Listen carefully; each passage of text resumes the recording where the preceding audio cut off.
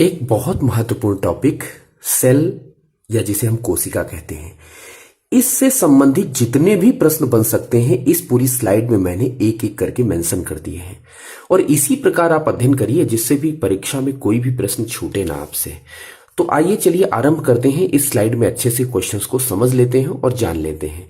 यहां पर मैंने कुछ मेंशन किया है, जैसे इनसे जुड़े फैक्ट जो पूछे जाते हैं। जैसे कोशिका का वर्णन किसने किया?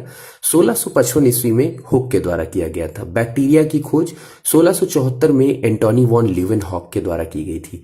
केंद्रक की खोज 1833 में ब्राउन के द्वारा की गई थी। इन्हें ब्राउन, ये क्वेश्चन कई बार पूछा गया है कि रॉबर्ट हुक और रॉबर्ट ब्राउन, रॉबर्ट इसमें भी लगा हुआ है, रॉबर्ट इसमें भी लगा हुआ है, तो डाउट होता है, थोड़ा सा ध्यान रखिएगा। माइटोकॉन्ड्रिया 1857 में कालीकर के द्वारा की गई। इसके बाद डीएनए का पृथक्करण, ठीक है, तो 1869 में मेशर के द्वारा। गाल्गी तंत्र 1898 में कैमिलो गाल्गी के द्वारा। सीमेंस 1939 में माइक्रो के द्वारा। डीएनए संरचना 1953 वॉटसन एवं क्रिक डबल हेलिकल मॉडल था जिसको इन्होंने प्रस्तुत किया था, संरचना बताई थी। इसके बाद कोशिका का अध्ययन साइटोलॉजी में करते हैं। ये साइटोलॉजी दैट मीन्स साइटो कोशिकालॉजी स्टडी। कोशिका का सिद्धांत 1839 में स्वान एवं स्लेडिन के द्वारा दिया गया था। कोशिका का व्यास 0.1 माइक्रोन। सबसे लंबी कोशिका तंत्रिका तंत्र न्यूरॉन होती है। सबसे लंबी और बड़ी कोशिका शुतुरमुर्ग की पक्षी की होती है। मनुष्य में कोशिकाओं की संख्या 10 टू पावर 14 या 1 खरब के आसपास होती है। टोटल, क्योंकि मनुष्य का जो शरीर होता है वो मिलकर बना होता है कोशिकाओं से। ढेर सारी कोशिकाएं मिलकर अंग का निर्माण करती हैं और अंग मिलकर पूरे शरीर का निर्माण करते हैं। तो 1 खरब कोशिकाएं लगभग होती हैं। मनुष्य शरीर संरचना की सूक्ष्मतम इकाई है, बिल्कुल। कोशिका द्रव्य में क्या क्या चीजें होती हैं? प्रोटीन, वसा, कार्बोहाइड्रेट, जल, कार्बनिक व अकार्बनिक पदार्थ उपस्थित होते हैं। कोशिका द्रव्य कहाँ पर है दोस्तों? ये कोशिका के अंदर जो चीजें हैं ये कोशिका द्रव्य है। इसी में ये सारे समाहित होते हैं जो ये एम्बेडेड है कोशिकांग आपको देखने को मिल रहे होंगे, जैसे कि न्यूक्लियस हो गया, माइटोकॉन्ड्रिया हो गया, इंडोप्लाज्म रेटिकुलम हो गया, लाइसोसोम हो गया, गाल्गी कॉम्प्लेक्स हो गया, ये सारे इसमें देखने को मिलते हैं। जीव द्रव्य में 95% जो है वो जल होता है। कोशिकाओं में जो ऊर्जा होती है मुख्य रूप से कार्बोहाइड्रेट से होती है। पादप कोशिका की कोशिका भित्ति सेलुलोज की बनी होती है। प्राणी कोशिका में कोशिका भित्ति अनुपस्थित होती है। ये ध्यान रखिएगा, ये प्रश्न कई बार पूछा गया है। कोशिका विभाजन समसूत्री विभाजन, अर्धसूत्री और असूत्री विभाजन, यानी इंग्लिश में कहते हैं माइटोसिस, मियोसिस एंड एमाइटोसिस।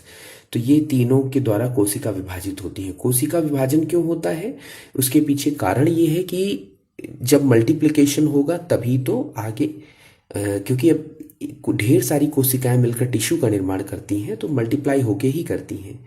तो कोशिका के 3 अंग प्रमुख कौन से हैं? कोशिका झिल्ली, केंद्रक और कोशिका द्रव्य।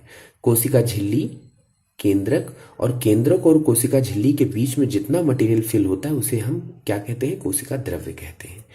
माइटोकॉन्ड्रिया को power house of the cell कहा जाता है क्योंकि यहाँ पर एटीपी के रूप में ऊर्जा स्टोर रहती है। माइटोकॉन्ड्रिया जीवाणु और नीले शैवाल जो होते हैं उनको छोड़कर पौधों एवं प्राणियों की सभी सजीव कोशिकाओं में पाए जाते हैं। माइटोकॉन्ड्रिया कहाँ नहीं होता है? जीवाणु और नीलहरित शैवालों को छोड़कर बाकी सभी प्राणियों में और जो पौधे हैं सभी में माइटोकॉन्ड्रिया पाया जाता है। प्रोकैरियोटिक कोशिकाओं में गोल्गी बॉडी नहीं होते हैं। अब प्रोकैरियोटिक क्या होता है और यूकैरियोटिक? प्रोकैरियोटिक कोशिकाएं जो पुराने प्रिमिटिव टाइप की कोशिकाएं होती हैं उनमें नहीं पाया जाता है गोल्गी बॉडी। केंद्रक में क्रोमैटिन नेटवर्क गुणसूत्र के रूप में पाए जाते हैं। केंद्रक के अंदर थ्रेड लाइक स्ट्रक्चर होता है जो कि गुणसूत्र के रूप में होते हैं। गाल्गी बॉडी कोशिका का ट्रांसपोर्टर कहा जाता है। गाल्गी बॉडी का कार्य यह होता है कि वन प्लेस से अनदर प्लेस चीजों को ट्रांसपोर्ट करना, तो इसीलिए उसे ट्रांसपोर्टर की संज्ञा दी गई है। पादप कोशिका में क्लोरोप्लास्ट पाया जाता है, जंतु में नहीं, क्योंकि क्लोरोप्लास्ट जो भोजन बनाने में इंपॉर्टेंट रोल प्ले करता है, जिसे हम क्लोरोफिल भी कहते हैं, तो वो क्लोरोप्लास्ट के अंदर ही क्लोरोफिल भरे होते हैं। लाइसोसोम में हाइड्रोलिटिक एंजाइम पाए जाते हैं। जो लाइसोसोम ये है ऐसा, ये आप देखिए कहाँ गया लाइसोसोम, ये छोटे छोटे हाइड्रोलिटिक एंजाइम आपको देखने को मिल जाएंगे रेड कलर के, ये लाइसोसोम है। इनके अंदर हाइड्रोलिटिक एंजाइम देखने को मिल जाएंगे। हाइड्रोलिटिक एंजाइम दोस्तों क्या होते हैं? ये डाइजेस्टिव एंजाइम होते हैं, एक तरह के चीज़ों को गला देते हैं, तो हाइड्रोलिटिक हाइड्रोलाइज कर देते हैं, इसीलिए उसमें हाइड्रोलिटिक एंजाइम पाए जाते हैं। राइबोसोम के इसीलिए राइबोसोम को प्रोटीन की फैक्ट्री कहा जाता है, क्योंकि राइबोसोम प्रोटीन बनाने में मदद करता है। राइबोसोम के चारों ओर आरएनए पाया जाता है जो प्रोटीन संश्लेषण करता है। कच्चे फल में क्लोरोप्लास्ट और पके फल में क्रोमोप्लास्ट पाया जाता है, दोनों को ये पॉइंट याद रखिएगा। इसके बाद वैक्यूल में द्रव्य रूपी तरल पदार्थ भरा होता है जिसे सेल सैप कहते हैं। वैक्यूल, क्योंकि वैक्यूल जो है प्लांट सेल में पाई जाती है, उसमें सेल सैप भरा होता है। एंथोसाइनिन वर्णक की रिक्तिका उपस्थित होने के कारण फूलों व फलों में विभिन्न रंग उत्पन्न होते हैं। एंथोसाइनिन वर्णक की रिक्तिका यानी एंथोसाइनिन की वैक्यूल्स होती हैं जो पौधों में पाई जाती हैं, जिससे अलग अलग रंग फलों में देखने को मिलते हैं। तो ये थोड़ा सा एक रिव्यू था सेल का, कोशिका के बारे में। आशा करता हूँ पसंद आया होगा। अगर पसंद आया है तो लाइक और शेयर जरूर करें और अच्छे से इसको समझ लीजिएगा। एक बार नहीं 2 बार पढ़िएगा, आपको समझ में आ जाएगा। Thank you so much.